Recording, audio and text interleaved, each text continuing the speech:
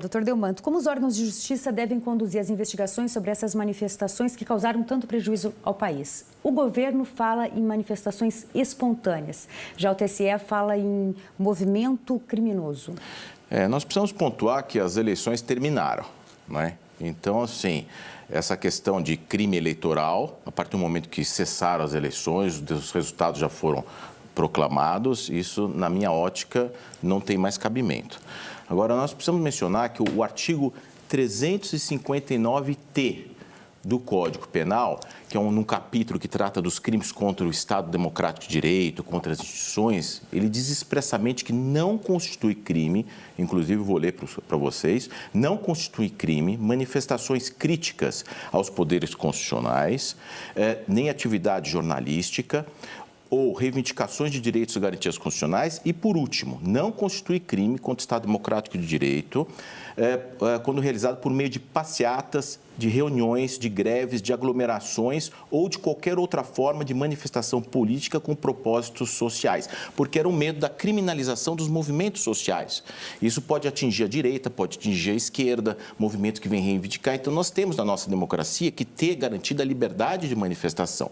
Evidentemente, quando se há obstrução de estradas com prejuízo a hospitais, prejuízos à população, isso está errado, isso não pode acontecer. A polícia, como fez, e a grande operação que foi feita aí, se a pessoa não desobstrui, tem o crime de desobediência, não é? Se for preso, tem crime de resistência, quer dizer, nós temos como fazer isso. Agora, eu tenho muita preocupação com esse movimento de criminalização, não é? Dos movimentos sociais, porque são milhares de pessoas, daqui a pouco nós temos, como se diz, se esses manifestantes são todos criminosos, nós temos centenas de milhares de criminosos, quer dizer, você criminaliza o país. Isso não é bom. Eu acho que nós precisamos virar essa página, há que ter uma certa tolerância e seguir o barco para frente, porque quanto mais dizer que tudo é criminoso, que isso, você alimenta essa questão.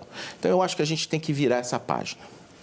Lula já começa enfrentando uma nação conflagrada pelo bolsonarismo, doutor Vecina, e também com forte rejeição ao PT, começa um governo sem lua de mel?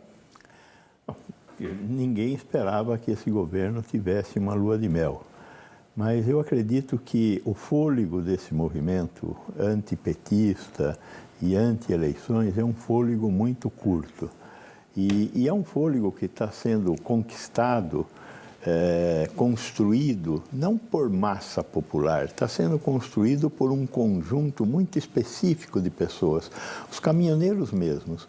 Eles declararam, os caminhoneiros autônomos, que não são eles que estão parando as estradas. Quem está parando a estrada são fazendeiros, são donos de empresa de transporte.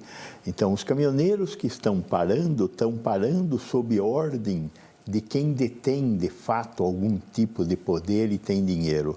Eu acho que a polícia tem que ir atrás desses caras. Eles estão comandando esses caras que estão parando o trânsito.